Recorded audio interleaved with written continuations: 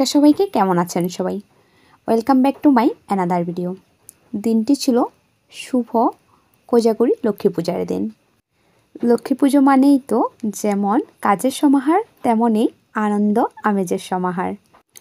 কারণ লক্ষ্মী পুজো যেমন কাজ করা হয়, উপবাস থাকা হয়, তার সাথে আনন্দ উল্লাসের সাথে বাজি ফুটানো হয়। আর এবারের লক্ষ্মী পুজো ছিল আমার কাছে অনেক বেশি স্পেশাল।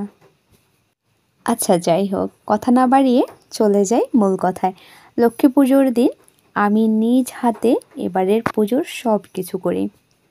প্রথমে পুজোর সব কিছু রেডি করে নিই, তখন ঠাকুরমশাই আসে নাই।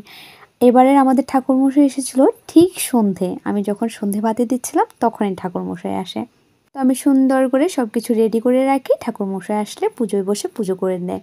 তারপর সন্ধ্যা তো হয়ে গেছে, তো লক্ষ্মী পূজায় প্রদীপ জ্বালাবো না, এটা তো হয় না। সব জায়গায় প্রদীপ জ্বলতেছে, আজকে সবার ঘর আলোকিত প্রদীপের আলোয়।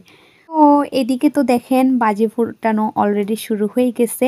সবাই তারা বাজি ফুটাইতেছে, মানে ছোট বাচ্চারা যারা আছে। আর অন্যরা তো এই তো নানা রকমের বাজি ফুটাচ্ছে, আতশ, ককলেট। ও আচ্ছা, একটা মজার কথা বলি, ককলেট বাজিকে আমার মেয়ে চকলেট বাজি বলে। ও সবসময় বলবো আমি চকলেট বাজি ফুটাবো। আর এদিকে দেখেন আজকে পূর্ণিমার দিন, লক্ষ্মী পুজোর দিন, চাঁদটা এত সুন্দর ছিল কি বলবো। চাঁদের আলো সব দিক আলোকিত ছিল।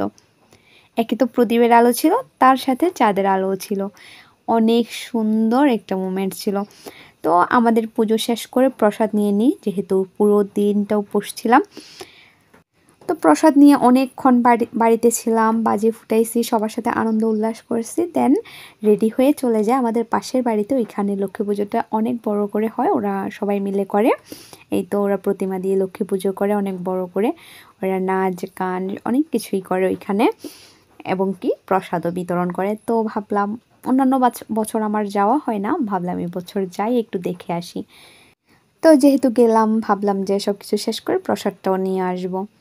এই তো দেখেন সবাই নাচতেছিল, ছোট বাচ্চা থেকে বড় মেয়েরা, দেন বড় ছেলেরা, সবাই একে একে পার্টিসিপেট করছে, এবং কি তাদেরকে পুরস্কারও দেওয়া হয়েছে। আমার কাছে এই যে ছোট মেয়েরা